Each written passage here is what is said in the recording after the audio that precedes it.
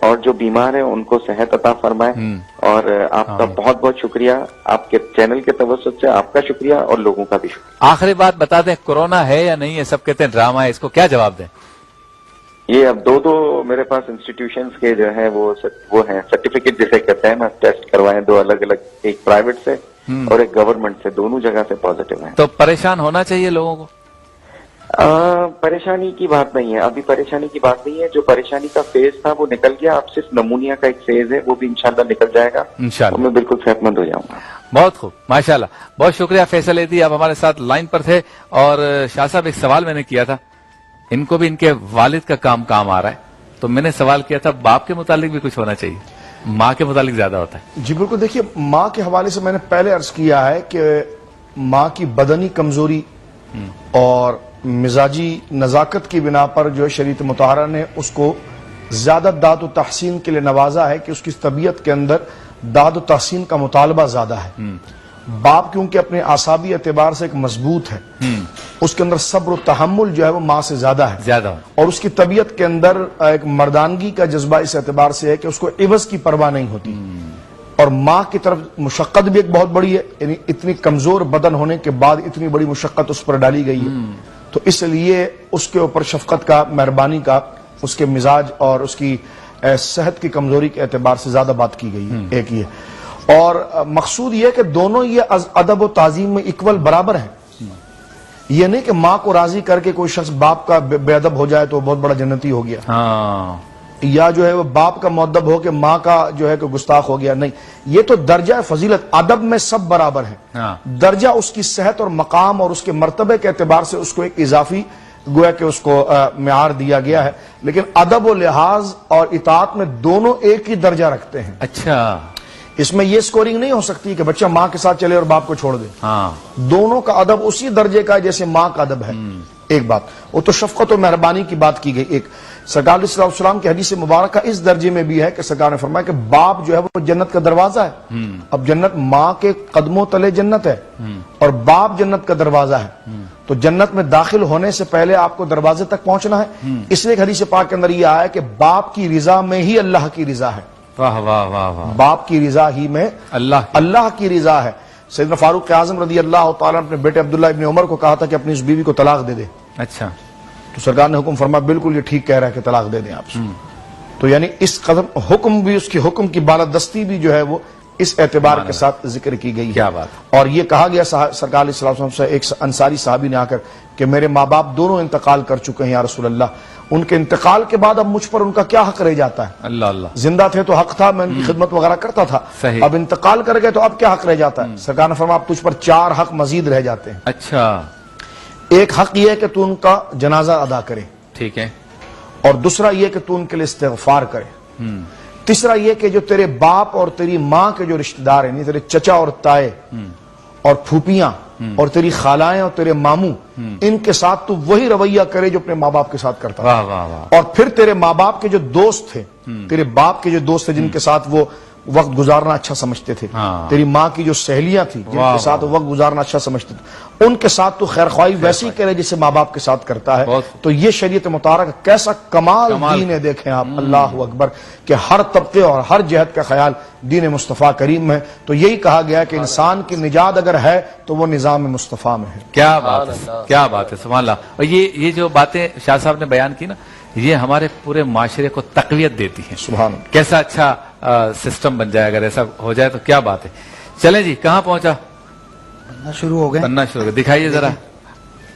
یہ اس طریقے سے بنانے, اور مزید تلے جا رہے ہیں, ان کو بھی دکھائیے, کیونکہ یہ تھوڑا سا ٹائم لیتے ہیں. سلو فائر پہ اس کو بنانا ہے, تیز پہ نہیں بنانا. جل بھی سکتے ہیں, جل بھی سکتے ہیں, اندر سے کچے رہ جائیں گے. اچھا, کیونکہ ماش کی دال ہے نا. تو یہ دیکھیں اگر یہ نظر آ جائے, آ رہے نظر, واہ واہ واہ, یہ دیکھیں کیا بات ہے. دور سے ڈونٹ لگتے ہیں, بالکل ڈونٹس کی طرح لگتے ہیں. اس کو شیپ تو آپ کوئی بھی دے سکتے ہیں, جیسے بھی شیپ تو کوئی بھی دے سکتے ہیں. اگر بغیر یہ ہول والا بنائے تو چھوٹے بنائے پھر, کیونکہ ہول سے یہ ہوتا ہے کہ آئل چاروں طرف پہنچ جاتا ہے, تو وہ پک جاتا ہے. ماشاءاللہ. وقفے پہ جانا ہے, لیکن حافظ غلام مصطفیٰ قادری کے اشعار سے جائیں گے. سبحان اللہ. حساب عشق و وفا سیدہ خدیجہ ہے، قرار شاہ دنا سیدہ خدیجہ ہے، بلا شبہ ہے خدیجہ کی جدہ سادہ، بلا شبہ یہ خدیجہ ہے جدہ سادات، بنائے آل عبا سیدہ خدیجہ ہے، لوٹا دے دولت اسلام کی بقا کے لیے، لوٹا دے دولت اسلام کی بقا کے لیے، معین دین خدا سیدہ خدیجہ ہے، خوشی گویا کہ غم مصطفیٰ کے ساتھ رہے، خوشی گویا کہ غم مصطفیٰ کے ساتھ رہی، نشان صبر و بلا سیدہ خدیجہ